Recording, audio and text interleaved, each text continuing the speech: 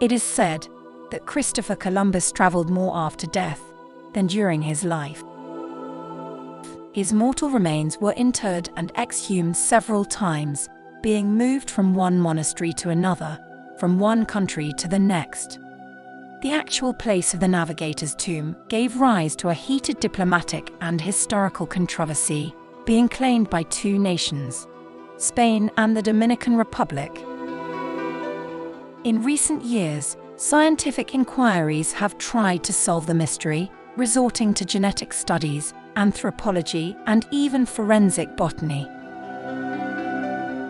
This video will present the story of Christopher Columbus's remains and their alleged journey across the centuries, adding, in its final part, the results of the scientific work that sought to resolve some of history's unanswered questions. According to the account of his son Hernando, Columbus died on May 20, 1506, in Valladolid, from gout and other ills, and from grief at seeing himself so fallen from his high estate. He had a humble funeral, and was buried in a chapel of the monastery of San Francisco in the same city, wearing the Franciscan habit. A few years later, in 1509, his body was moved to the Santa Ana chapel of the monastery of La Cartuja in Seville. The same year, his son Diego, who had restored the family's fortunes in Spain, was appointed Viceroy of the Indies, and he moved to Santo Domingo, where he stayed until his death in 1524. 20 years later, in 1544, Diego's wife, Maria de Toledo, brought the remains of her father-in-law, Christopher Columbus, to Hispaniola and reinterred them in the Cathedral of Santo Domingo beside the body of her husband. From this point on, the Spanish and Dominican stories of the navigator's tomb diverge. To follow the journey of Columbus's remains, we first have to take a brief look at what happened in the Caribbean islands after their discovery by the Europeans. As the first colony of the New World, the island of Hispaniola initially served as the administrative center of Spain's American Empire. It is the site of the oldest cathedral, monastery, hospital, and university on the American continent. Still, European diseases and brutal treatment decimated the indigenous population in a few decades, causing the Spanish crown to turn to the more lucrative conquests in Mexico and Peru. For the next 2 centuries, Hispaniola remained a neglected backwater, frequently raided by British, Dutch, and French pirates. In 1697, Spain ceded the western third of the island to France, who renamed it Santo Domingo, later Haiti, and established there a very prosperous sugar-producing colony based on black slavery. Almost 100 years later, in 1791, a slave revolt against French rule broke out in the northern province of this colony. Eventually, the rebels proclaimed as their leader Toussaint Louverture, the freed son of an educated slave. Meanwhile, in Europe, in 1793, the National Convention of France executed King Louis XVI by guillotine, enraging the other European monarchies and starting a war between France and virtually everyone else: Britain, Austria, Prussia, and Russia. To ring a little bell, an unknown general named Napoleon Bonaparte led the campaign in Italy against the Habsburgs. And speaking of bells, if you like my videos, please subscribe to the channel and ring the bell to be notified when I upload the next. Back to the story. As part of this conflict, in March 1793, France declared war on its former ally, Spain. The reverberations of the French-Spanish War reached Hispaniola, where Toussaint Louverture fought initially on the Spanish side and against the former rulers of the slave colony.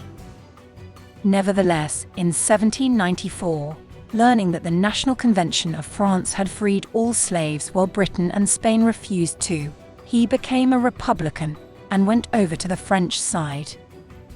His switch decided the fate of the war on Hispaniola, with the temporary expulsion of the Spanish from the island. The European wars also ended with the victory of France, ensuring the spread of revolutionary ideas across the continent. The French-Spanish War was concluded with the Peace of Bosel in 1795. Spain gave up the eastern two-thirds of Hispaniola in exchange for territories in the Basque Country. Which brings us back to the admiral's remains. When the Spanish authorities completed the transfer of power, Gabriel de Aristizabal, the Lieutenant General of the Spanish Royal Army, gave instructions to exhume Columbus's bones and take them to Cuba, which was still a Spanish possession, for fear that the French would profane them. Santo Domingo's municipal authorities, the clergy, and all the city's notables participated in the exhumation ceremony on January 19, 1796. The remains were removed from the cathedral, carried in procession to the port, and shipped to Havana, where they were honored with funeral rites worthy of a head of state. The admiral, then, peacefully slept in the Cathedral of Havana until the 19th century, when the Spanish Empire started to decline. In parallel, the US began to rise as a regional power. During that period, several revolts broke out in Cuba against the Spanish colonial rule. Finally, backed up by the United States in the American-Spanish War, Cuba won independence, ending 4 centuries of Spanish presence in the Americas. But right before that, in 1891, a decree issued by the Spanish government through the Ministry of Colonies opened a competition to design an appropriate sepulchre for Columbus's remains in the Cathedral of Havana. The competition was won by Arturo Mairi, but the monument was never shipped to Cuba because of the political events that drew the Spanish out of the island. With the Spanish retreat, the admiral's bones were transported back to Seville in 1898, and the next year Mairi's monument was installed in the majestic Seville Cathedral, where it still can be admired to the present day. The monument consists of 4 heralds representing the kingdoms of Castile, Leon, Aragon, and Navarre, bearing a bier upon their shoulders. The 2 front heralds hold scepters surmounted by the figures of the Madonna and Saint James, the patron saint of Spain. The tomb is overseen by the monumental fresco executed in 1584 by Matteo Perez de Alisio, a pupil of Michelangelo, depicting a giant Saint Christopher crossing the water carrying the infant Saviour on his shoulder. And this would be the end of the Spanish story. Unless, on September 10, 1877, workers performing repairs in the already 300-year-old Cathedral of Santo Domingo broke into a vault beneath the altar and came across a leaden case. The cathedral rector immediately sent for the Italian Bishop Rocco Cocchier, the apostolic envoy of the Holy See to the Dominican Republic. The bishop hastily arrived and locked everything in place, until all the civil and military authorities, along with the diplomatic envoys of Spain, Italy, Germany, the Netherlands, Great Britain, and the United States were summoned. In their presence, Cocchier ordered the excavations to resume, and after the removal of an unmarked tombstone, the workers found another leaden urn. After taking the urn in procession through the church so that everyone could see it, Cocchier opened it and, visibly touched, announced that it contained the remains of the illustrious Genoese, the great Admiral Don Christopher Columbus, the discoverer of the Americas. The finding, called a hallazgo in Spanish, was celebrated with a 21-gun salute by the artillery and the tolling of all the church bells. Next, another procession took place, carrying the remains to the Church of Regina Angelorum, where they remained until the completion of the cathedral repairs. This event came after almost a century-long conflict between Spain and the Dominican nationalists. When the Spanish authorities left the island in 1796, they took not only the urn that allegedly contained Columbus's remains, but also the colonial archive. During the following decades, the administrative power was transferred back and forth between Spain and the newly proclaimed Dominican Republic. The conflict was concluded with the War of Restoration, which took place between 1863 and 1865, and ended the Spanish occupation, but left the country in extreme political instability. Hence, the Spanish government categorically denied the authenticity of the remains found in Santo Domingo in 1877, accusing the country's civil and religious authorities of staging the finding to invent a national commemoration. On the other hand, the dispute over Columbus's remains offered the Dominican side a unique opportunity to rebuild their archival memory and assert their sovereignty. Meda Serrata, a Dominican-born university professor in the United States, draws a parallel between the celebrations performed in the streets of Santo Domingo in 1877 and the Western Mediterranean processions occasioned by the discovery of holy relics. The relics, quote, were also paraded from town to town and welcomed with rituals modeled on the Triumphal Adventus, a Roman ceremony performed to welcome the emperor's arrival at a city, end of quote. According to the notarial act drawn on the occasion, the remains were accompanied in triumph by the experienced troops of the capital city, artillery battery, music, and everything that could provide grandeur and splendor to such a solemn act, for which the population was ready, as could be ascertained by the great size of the crowd that filled the temple and the square of the cathedral. The re-emergence of the remains in Santo Domingo after their supposed transfer to Havana was considered nothing less than a miracle and a sign that God was on the Dominican side. The discovery of the lead casket in the Cathedral of Santo Domingo gave a boost of enthusiasm to the plans of building a large memorial to Columbus in the Dominican Republic, which dated from the mid-1800s. In the meanwhile, a marble mausoleum was erected in the cathedral just in time for the quarter-centenary celebrations in 1892. In 1923, the Fifth International Conference of American States launched a competition for the grandiose monument's design. More than 450 blueprints were submitted. The winner was a British architect, aged 23, named Joseph Lee Gleave.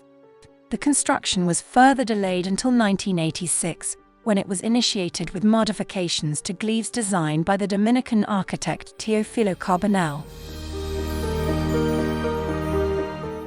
The result was Faro a Colón, the Columbus Lighthouse, a huge building shaped like a cross containing an elaborate marble tomb at the place where the arms of the cross intersect. The Faro is not really a lighthouse in any conventional sense, being more than 1 kilometer away from the shore. Nevertheless, 149 lights were installed to project beams in the shape of a cross into the sky so powerfully that they can be seen from Puerto Rico, almost 300 kilometers away. From the very beginning, the construction of the Faro was an extremely controversial plan. More than 10,000 inhabitants of the Barrio Maquiteria of Santo Domingo were forced out of their homes to make room for the huge building and the surrounding park. A wall was erected to hide from the view of visitors the poor neighborhood with unpaved streets, uncollected garbage, and a public school without electricity and running water. On the other side of the wall, a monument was being erected, whose cost was estimated between $70 and $150 million. It was dubbed by the locals the Wall of Shame. The inauguration ceremony in 1992, at the 500th anniversary of Columbus's first arrival to America, was supposed to be a grand event hosted by the Dominican president. Still, the whole celebration was at odds with reactions in much of Latin America and parts of the Caribbean, where people debated the appropriateness of any commemoration of Columbus. It was also criticized for dwelling on the Spanish, therefore European, and white heritage of the Dominican people, while rejecting the African contributions to the Dominican culture and avoiding any mention of Hispaniola being the first place in the Americas to bring enslaved Africans to its shore, or the violence of colonization.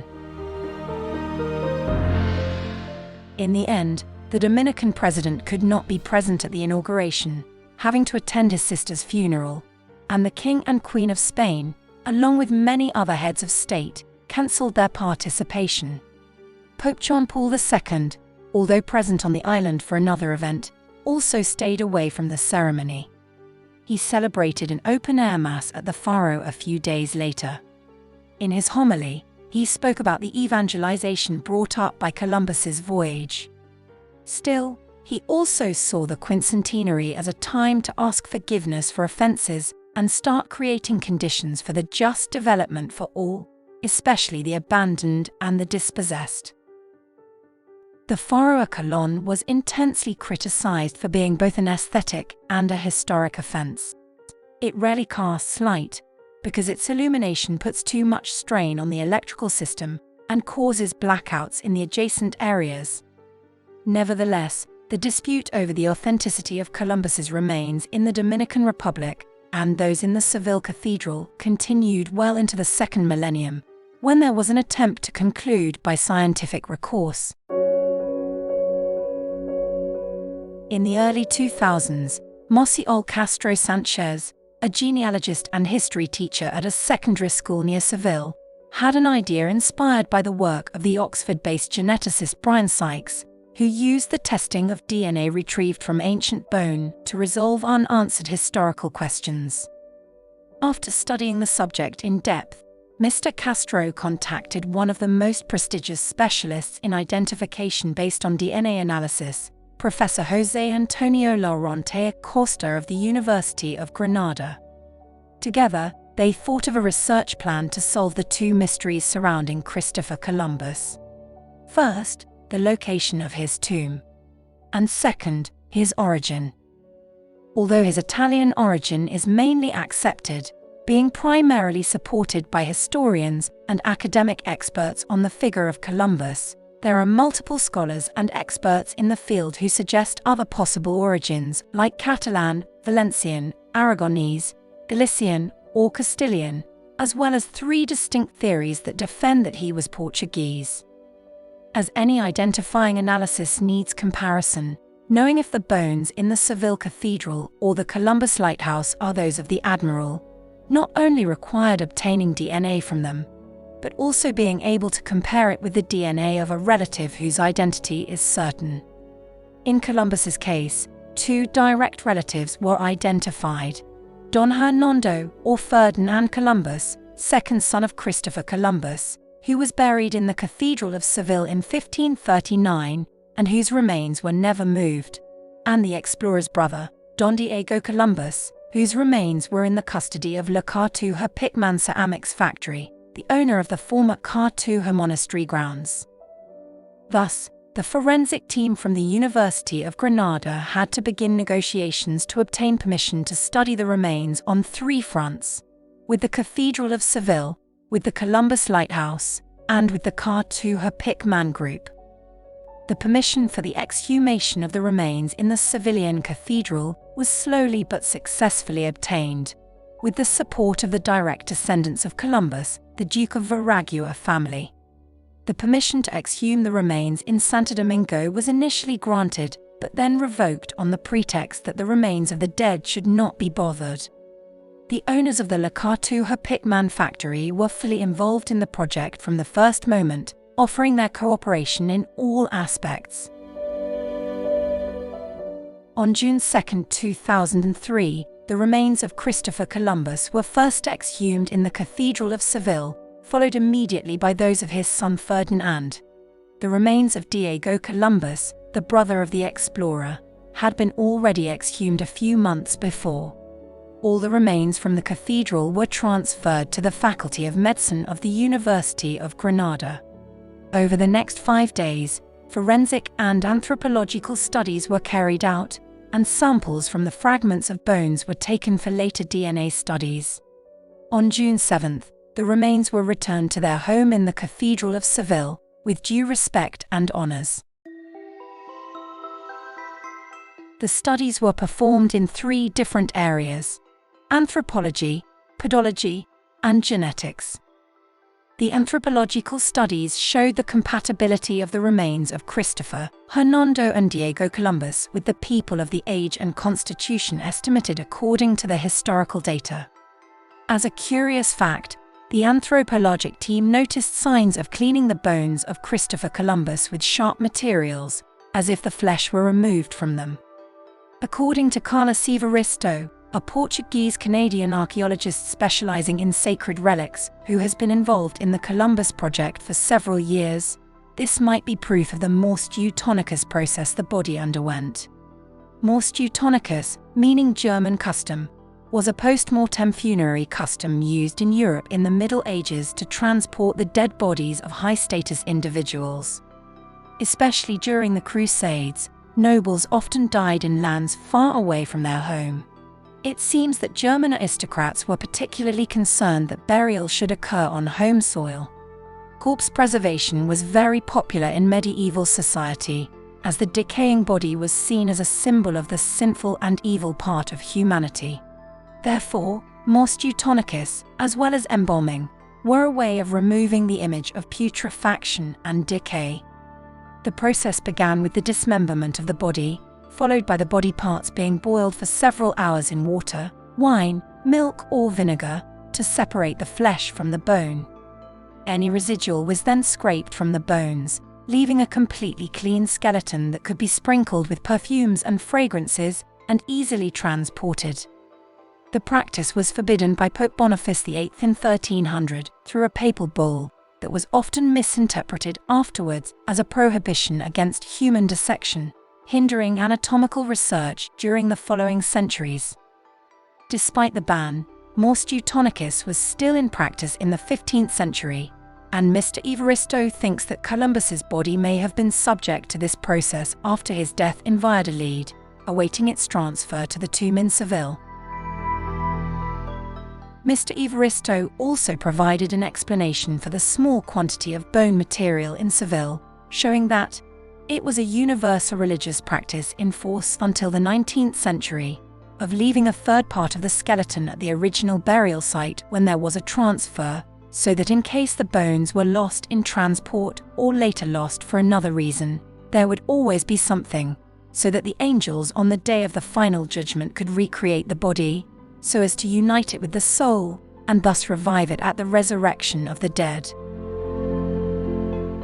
The second area of research concerned podology, or the study of the soil, focusing on the material found inside the urn, next to the bones, and initially described as sandy soil. Apart from geological elements such as quartz, the podology team found plaster, biological materials such as remains of insects and plants, charcoal, and what might be fragments of a gold thread. Analyzing all these materials can offer important information about their origin, considering the differences between the plant, mineral, or animal remains originating from areas like the Dominican Republic, Cuba, or Spain. In addition, if the gold thread comes from the admiral's clothing, this would contradict the account that states that he was buried in a humble Franciscan habit. The third area of research was that of forensic DNA studies. According to the manner of inheritance, 3 types of DNA can be used in forensic science. The first type is the autosomal, not linked to sex DNA, made up of the 22 chromosome pairs of which half are inherited from the mother and the other half from the father. This DNA can be used in paternity and maternity studies and in establishing other family links. It is unique to each individual, except for monozygotic twins. The second type is the Y chromosome DNA located in the 23rd pair of chromosomes, which determines the masculine sex. This DNA is inherited exclusively from the father by all his sons. It can be used to determine paternity and to establish links between people with common male ancestors. The third DNA type is named mitochondrial DNA because it is found inside the cell organelles called mitochondria. So, unlike the previously described types, it is located outside the cell nucleus. Extremely small in size, it is circular and has multiple identical copies within one cell, which makes possible its study from particularly old or deteriorated cells, like bone remains. This DNA is exclusively inherited from the mother, and is identical in all females from the same maternal line. The genetic tests performed by the team at the University of Granada have already provided an answer to whether the remains in the Cathedral of Seville are authentic. The comparison between the mitochondrial DNA of the alleged bones of Christopher Columbus and that of his brother Diego showed a perfect match, typical of people with the same mother. So, it looks like the tomb in Spain houses at least part of the navigator's remains. The director of the Columbus Lighthouse dismissed the researchers' findings and insisted that Columbus's remains have never left Dominican territory. Professor Acosta's team underlined that they cannot deny the authenticity of the remains in the Dominican Republic, especially given that the urn in the Seville Cathedral only contains 20 to 30% of a human skeleton. Nevertheless, they have not been given access so far to study the Dominican remains. The second mystery involving the figure of Columbus, the one of his origin, is still the object of research, with pending results. The next video of the Columbus series will discuss the explorer's involvement, along with the Spanish monarchy's role, in the sad and painful history of the slave trade. If you have enjoyed this video, please subscribe to the channel and join me for the next.